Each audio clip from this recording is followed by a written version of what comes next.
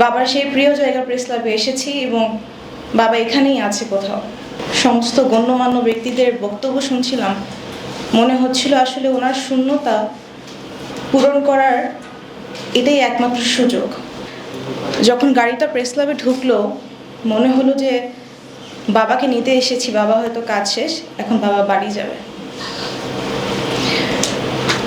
কিন্তু এখন এতক্ষণ ধরে যখন সমস্ত গণ্যমান্য ব্যক্তিদের বক্তব্য শুনছিলাম, মনে হচ্ছিল আসলে ওনার শূন্যতা পূরণ করার এটাই একমাত্র সুযোগ ওনার ফাউন্ডেশনের মাধ্যমে।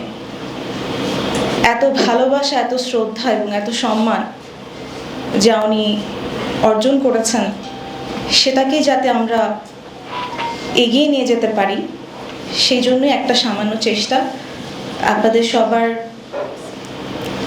সহযোগিতা এবং ভালোবাসা এবং পাশে থাকার যেই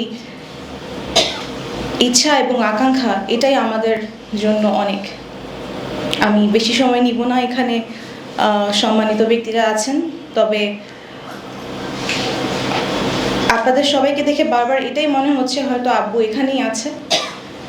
আপনাদের সবার মাঝে আজকে আসতে পেরে খুব ভালো লাগছে। কিছুটা সময় হয়তো মনে হলো যে বাবার সেই প্রিয় জায়গা প্রেস ক্লাবে এসেছি এবং বাবা এখানেই আছে কোথাও।